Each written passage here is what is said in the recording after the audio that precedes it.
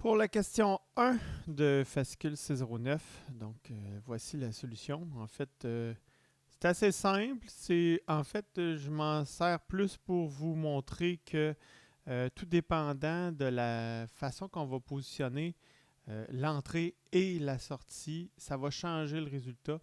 Si vous regardez la sortie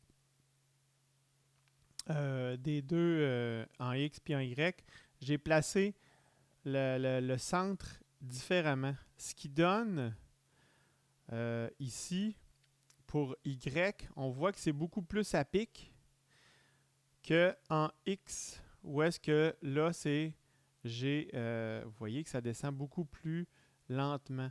Pourquoi?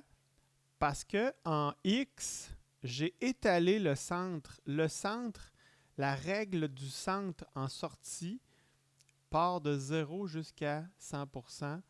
Et ça pointe, la pointe centrale est vraiment au centre. Donc évidemment, plus je suis ici, plus je suis au début ou sur les rebords, ben, plus l'appartenance se trouve vers la gauche ou vers la droite.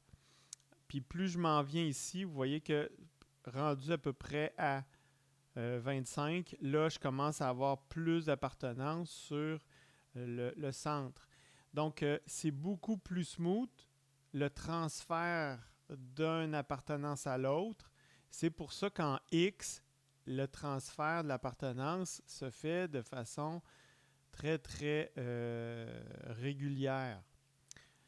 Tandis que si on va en Y, ben en Y, j'ai fait l'appartenance est directement reliée vers le haut ou vers le bas. Si vous vous déplacez, on va aller voir ici, comme ça ici. Donc, vous voyez qu'au début, on appartient beaucoup plus aux extrémités. Et tout d'un coup, vers le centre, à peu près, on commence à faire le transfert. Donc, c'est à peu près ici qu'on commence à faire le transfert. Ça descend directement en ligne droite. Donc, c'est vraiment à cause de la variable floue de sortie que le- la forme est donnée.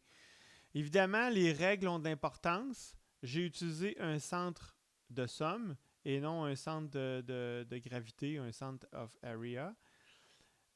Puis j'utilise aussi un conséquent minimum plutôt qu'un produit. Donc, c'est de base, tout simplement. Puis, j'ai aussi utilisé un et minimum, donc très, très de base.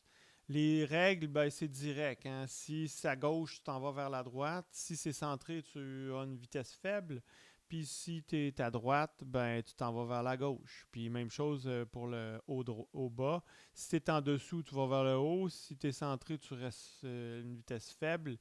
Puis, si tu es en dessous, au-dessus, excusez, tu t'en vas vers le bas. Donc, c'est assez direct. Donc, le but, c'était d'analyser un peu la forme simple pour que vous compreniez les choses. Puis évidemment, là, si on va complexifier les choses, bien évidemment, on peut faire des formes beaucoup plus complexes ici comme comportement. Là. Il n'y aura pas de problème. Je vais essayer de vous produire un autre exercice par rapport à ça d'ailleurs. Alors, bonne expérimentation.